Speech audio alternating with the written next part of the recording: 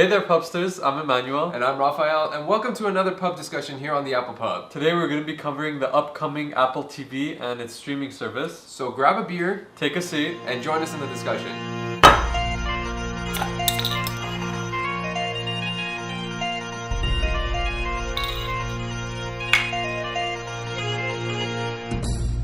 So, the Apple TV. Yeah, Steve Jobs was thinking a lot about the Apple TV towards the end of his life, and he was trying to figure out how to make it more elegant, simple to use. Integrated. Yeah, and he was quoted as saying a lot about it, using it with iCloud and having the easiest user interface, and he topped it all off by saying, "I finally cracked it," which led to a lot of wild speculation ever since on what Apple's gonna do with the TV. So yeah, we'll get more into what we thought he meant by that and how what has been said about the upcoming one kind of plays into it. But before we do that, let's just go real quickly over like some of the tech specs and stuff that is rumored to be coming out during WWDC this June. Yeah, we're gonna start off with the biggest features we think that's gonna change how we interact with TV.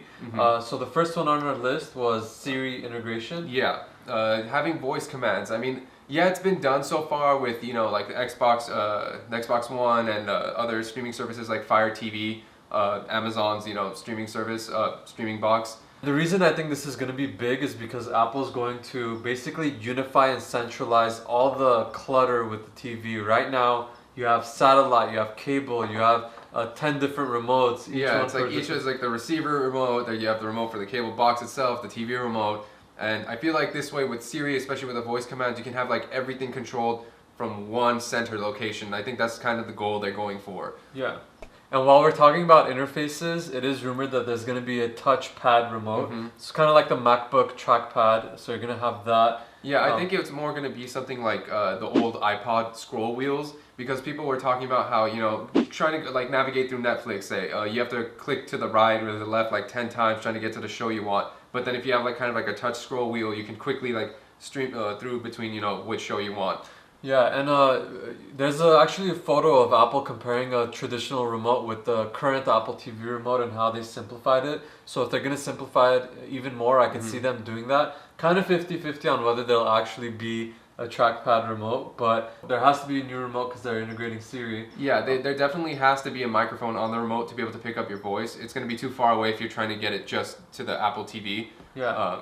And I think coupled with Siri, I think in general what we're going to see is our reliance on remotes is going to decrease by a significant amount, but it still needs to be there. Yeah, it's still going to serve a critical function. So moving on to one of the features I'm most excited about is the inclusion of an app store on the Apple TV. Yeah, and I share the same sentiment. I'm most excited about this. I think once Apple opens this up to developers, you're going to see some people getting very creative with the device, and you're going to see the Apple TV evolve to being much more than just a TV streaming device. Yeah, it probably including a lot of gaming titles as well. They've mentioned that it might be coming with the A8 or A8X chip, which is a pretty big powerhouse in terms of, you know, rendering quality for gaming. We're more than likely going to be seeing some competition for the console gamers as well. Yeah, and we're expecting to see third-party manufacturers to make controllers so we could have a little more hardcore gaming on Apple's entry into the console gaming market. So obviously all of this will be requiring some more onboard memory. Yeah, and it's rumored to be coming in 16 gigabytes or 32 gigabytes to store all those apps. Now on to HomeKit. Now what HomeKit essentially does is it allows Apple TV to work with all the smart home accessories that have been coming out lately. Yeah, and what Apple, or at least it's been rumored that Apple is trying to do with the Apple TV is make this like a center hub for HomeKit. Obviously, you know, you're going to have, they've already mentioned how the Apple Watch is going to be a sort of toggling device. You're going to have controls on your, you know, iPhone. But the Apple TV is supposed to be like the center hub where everything's integrated into that and controlled right through there. So if you were to say something like, "Oh Siri, turn off the lights," or "Hey Siri," if you had one of those like, you know, electric fireplaces, turn on the fireplace, something like that, it's all going to be controlled right from the Apple TV. Yeah, and it's actually has the capability to do multiple things at once. For example, if you have a nighttime routine of doing X, Y, and Z, you could say, "Siri, it's nighttime," and she will close all your windows if that technology exists with an accessory. Turn off all the lights, close your garage door. Turn on your alarm. Set the temperature to whatever you prefer, or turn it off if you prefer. And just crazy, like functionality they're gonna build. Yeah, it's gonna be like that smart home movie from Disney, if you guys remember. Yeah. I forget what it was called, but Smart House. There you go. We're heading in that direction. Yeah. I'm really excited about that because we've seen smartphones. We're seeing cars getting smarter too with more technology, and now we're finally seeing our houses getting upgraded. So looking forward to that. It should be really interesting if it does go out that far. Yeah. And the final tentpole is Apple's TV streaming services, which will be included on the Apple TV as well as their other devices. Yeah, that service is more than likely going to be dropping this fall and probably announced during WWDC this June. They've been in talks with a lot of cable companies and networks for a while now.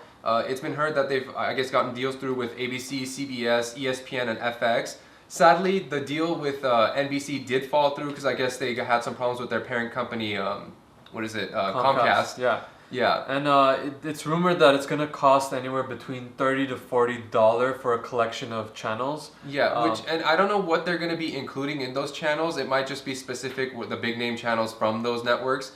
Some people have been complaining, saying, "Oh, you want me to pay $30 to $40 for something I can get for free from digital antennas? I can pick up those channels for free." But they might be including something new that's not there. Yeah, and I think it comes down to the convenience of it too. I think it's gonna be much more customized, where you could you don't get a bunch of channels bundled in that you don't want, but also that it's gonna work well. Like, I don't need Netflix. I could watch things on any website virtually. But you know, it's just the convenience of having it, paying $10 a month. What's the big deal? And I think this is going to be one of the bigger things that kind of flows into what Steve Jobs was kind of envisioning when he was thinking about the TV. Instead of having it like follow, you know, the strict schedule of what the networks want to show, now you can just come home and just be like, Siri, play this show, and then it will just play that show for you. Yeah, and another big thing Steve Jobs was getting at was the interface with TV has sucked for so many decades.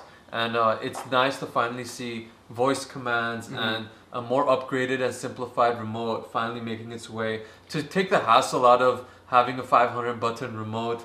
And and kind of be, dealing with that whole, oh hey, I'm gonna sit there and TiVo it, but then now you have to set your TiVo to do this during this time for this show. It'd be nicer to have all these networks kind of like come together and just have it available. Just say what you want and you get it. Yeah, and I'll throw this in and we'll finish off with this. I haven't used a TV for so long because I've been used to using my iPad, my MacBook. And I'm Netflix all the way. I'm also a cable cutter. Yeah, and but if the TV does come back, I think it's gonna be things like this that upgrade it and bring it to the 21st century. And that pretty much sums up the upcoming Apple TV and streaming service. Let us know what features you hope to see. Yeah, and if you enjoyed the video, be sure to like, comment, subscribe, and all that good stuff. Yeah, and as always, you stay classy, Pubsters. But more importantly, thanks for stopping by.